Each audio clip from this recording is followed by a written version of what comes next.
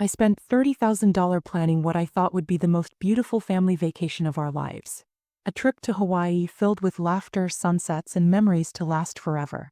But when we arrived at the airport, my son turned to me and said the words that shattered me. "Mom, we didn't book your ticket. You should just go home." They had planned to abandon me like garbage from the very beginning. Before I continue, please subscribe to the channel and write in the comments what time it is where you are right now. The fluorescent lights of the San Francisco airport hummed overhead, bouncing harshly off the tiled floors. My suitcase rolled behind me, the little plastic tag with my name, Clara Willis, swinging with every step. Ahead of us, the Hawaiian Airlines counter bustled with families juggling surfboards and brightly colored luggage. For weeks, I had imagined this moment. Checking in with my children and grandchildren, all of us buzzing with excitement. Instead, Daniel's voice had just cut through my daydream like a knife. "Mom, I forgot to buy you a ticket." First, I thought he was joking. My lips even curved into a smile, waiting for the punchline. But Daniel didn't laugh. He kept his eyes down, thumbs tucked into his pockets. He wouldn't even look at me. "You forgot." My voice cracked, softer than I wanted it to be. "Daniel, we've been planning this trip for 3 months." "I know," he said quickly, glancing at his watch. "It's just, there was so much to do. So many details to arrange. But I gave you the money. $20,000. The number felt like lead on my tongue. I had emptied my savings account to make this dream come true. A last big memory with everyone together. Daniel finally met my gaze. His face didn't hold guilt. Not really. Just impatience. "We appreciate that, Mom. Really we do. But there isn't time to fix this now. The flight is about to board." "No," I said, gripping the handle of my suitcase tighter. "There has to be a way. I'll talk to the airline." I hurried to the counter, the wheels of my bag catching on the tile.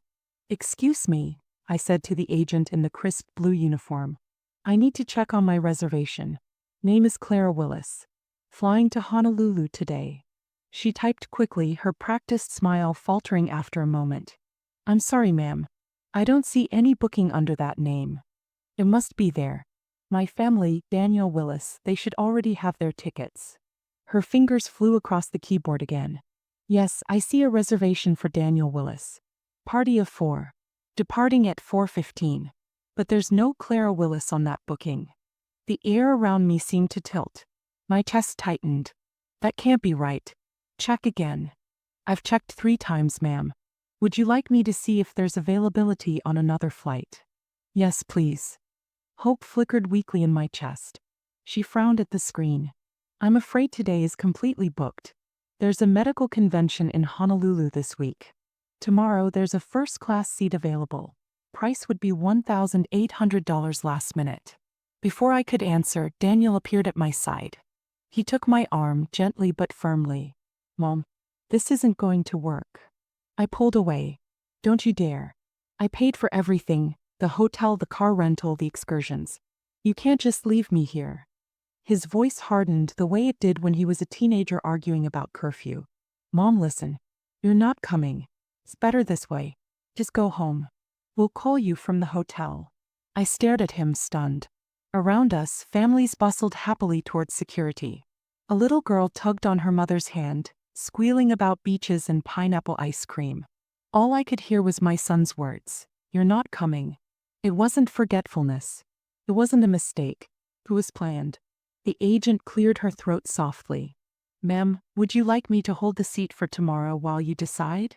I shook my head. "No."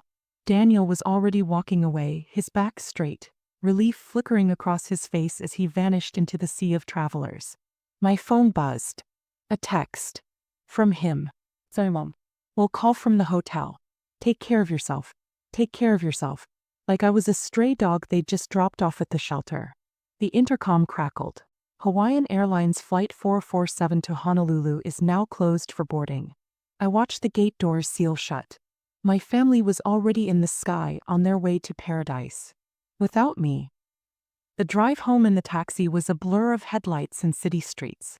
The driver glanced at me in the rearview mirror. "Rough day." "You could say that," I murmured. Then, with a bitter laugh, "Ever have your family turn on you?" He snorted. "Lady, I got 3 ex-wives. Family are the ones who know exactly where to stab the knife. The knife. That was exactly what it felt like. By the time we pulled into my driveway, the grief had burned down to something else. Something sharper. I tipped the driver extra. Thank you. I think you'll hear about me soon.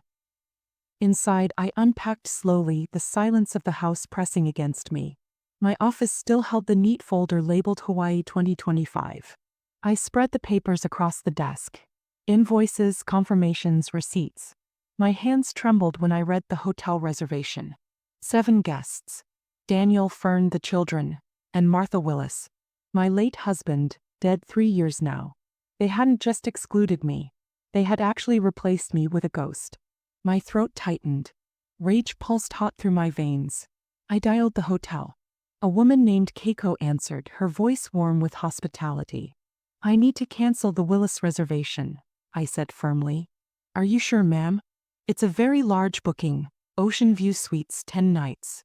There will be a cancellation penalty of $3,200. That's fine. Cancel it. As you wish. I'll note that the primary booking party canceled at 6:42 p.m. Pacific Time. Perfect. Let Daniel see the timestamp. Let him know it was me. When I hung up, I sat back in Martha's old chair, staring at the family photo on the desk. Their smiling faces beamed back at me from last Christmas, the tree glittering behind them. They all looked so happy eating the meal I paid for, opening the gifts I bought. I touched the frame gently. Never again, I whispered. The next morning, sunlight poured through the curtains. For the first time in months, I slept deeply. My phone buzzed incessantly on the counter. 56 missed calls. All from Hawaii. The voicemails told the story. Mom, call me back. The hotel says the reservation was canceled. This isn't funny, Mom. The kids are crying. We have nowhere to stay. Please, Mom. Fix this. We spent the night in the lobby. Pearl hasn't slept. People are staring at us. I sipped my coffee, letting their panic wash over me like music. They thought I was disposable. They thought they could take my money and leave me behind. Now they were learning just how wrong they were. I set my phone down after the 10th voicemail, the corners of my mouth curving into the first genuine smile I'd worn in years. Their pleas, their desperation.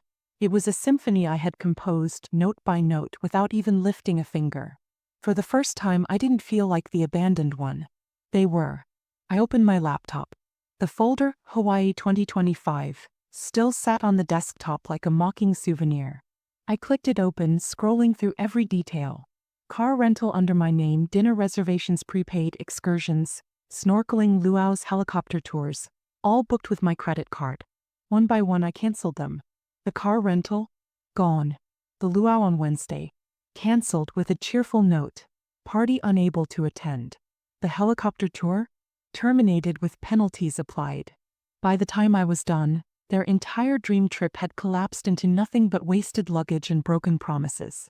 I leaned back, sipping the last of my coffee. The bitterness on my tongue was nothing compared to the sweetness in my chest. Daniel must have thought he was clever, using my money, cutting me out, replacing me on paper with the name of my late husband. But cleverness is only valuable if you consider the long game. And I had learned painfully that revenge is best served slowly. By afternoon, the calls slowed. Texts came instead, shorter and sharper. This is childish. We need you to fix this. The kids are tired. Be an adult. Answer the phone. We can't do this without you. That last one made me laugh out loud. They couldn't do this without me. They had thrown me away like garbage, yet still expected me to play savior. I typed my first and only reply. Enjoy paradise. And then I blocked Daniel's number. 3 days later, the silence was broken not by Daniel but by Fern, his wife. Her number popped up while I was balancing my checkbook. Against my better judgment, I answered. Clara. Fern's voice was hoarse, ragged from exhaustion. Please. We're begging you. The kids are miserable. We've been moving from one cheap motel to another. Everything is full. They're sleeping on floors. Pearl has hives from the stress. Please help us. I let the silence hang for a long moment, savoring the sound of her unraveling. Finally, I said softly, do you remember what Daniel told me at the airport? He said you should just go home. My voice hardened. So I did. And now it's your turn. Clara, please. I hung up. But revenge wasn't complete yet. Canceling Hawaii had been the first strike, but I wanted permanence. I wanted a scar they'd carry for the rest of their lives. So I called my lawyer. Clara, he said warmly, what can I do for you? I need to make some changes, I told him. To my estate, to my will, to everything. We met the next morning, my hands steady as I signed page after page. Daniel had been the primary heir, of course. My house, my accounts, my retirement savings, all set to go to him and his children. Not anymore. Instead, I created a scholarship fund in my late husband's name, for young journalists, the career I was once forbidden from pursuing. I earmarked a portion for the local women's shelter, where too many mothers arrived with children after families had discarded them. As for Daniel, nothing. Not a dime. When the papers were sealed, my lawyer gave me a searching look. Are you sure about this? Families, well, things get messy. Sometimes they come around. I smiled thinly. Oh, I'm counting on things being messy. That's the point. That night, I poured myself a glass of red wine and scrolled through social media. It didn't take long to find the posts. Fern had uploaded a photo of the kids, their faces tired and blotchy, sitting on mismatched motel blankets. Her caption read, "Worst trip of our lives." Don't ask. Comments flooded in, a mix of sympathy and confusion. Some relatives chimed in. Didn't Clara plan this trip? Where is she? I almost replied, but no. Let them wonder. Let them gossip. Let Daniel stew in the shame of explaining why his own mother wasn't by his side in Hawaii. When they finally returned 10 days later, I didn't hear from them. Not directly, but neighbors talk. Clara, Mrs. Jenkins from across the street whispered one afternoon, leaning on her cane, I heard Daniel came back early. People are saying the trip was a disaster. I feigned surprise. Oh no. What happened? She shook her head. I don't know the details. Just that the kids cried the whole time and Daniel looked ready to explode when they got home. I patted her hand kindly. That's such a shame. After all the planning. Inside, I nearly burst into laughter. Weeks passed. Silence stretched between us like a canyon. Then one evening, a knock rattled my front door. It was Daniel. He stood there, thinner, his hair disheveled, a muscle ticking in his jaw. Behind him, Fern hovered with the children, their eyes downcast. Mom, he said flatly. We need to talk. I crossed my arms, blocking the doorway. About what? How you left me at the airport. How you stole my money. Or how you replaced me with Dad's name like I was already dead. His eyes flickered. For the first time I saw guilt. We made a mistake, he said. Okay? We shouldn't have done it. But what you did, canceling everything, do you know what that did to us? I stepped closer, lowering my voice. Do you know what you did to me? You taught your children it was okay to throw away the woman who raised you. You made me feel like trash. Do you know what that did to me? He swallowed hard. Fern shifted uncomfortably, whispering, Clara, please, the kids. But I didn't move. I didn't soften. You wanted me gone, I said coldly. So I am. From your trips. From your money. From your future. My lawyer has made sure of that. Daniel's face drained of color. What do you mean? I mean, I said clearly, you'll get nothing from me. Not now. Not ever. You wanted me erased. Congratulations. You succeeded. His mouth opened, but no words came. For the first time in years, he was speechless. I closed the door. Later, alone in the quiet, I sat by the window and let the weight of it all settle. The grief, the betrayal, the revenge. For a moment, I wondered if I'd gone too far. Then my phone buzzed with a notification. A message from Fern, unblocked through another number. Claire, you've made your point. But please, the kids miss you. Pearl cried for you last night. Don't punish them for Daniel's mistake. I stared at the message, my chest tight. The children. They were innocent. But then I remembered Pearl's squeals at the airport, her tiny hands clutching a passport, the way she'd run ahead without looking back at me. Children learn from their parents. And Daniel had taught her well, that grandma was expendable.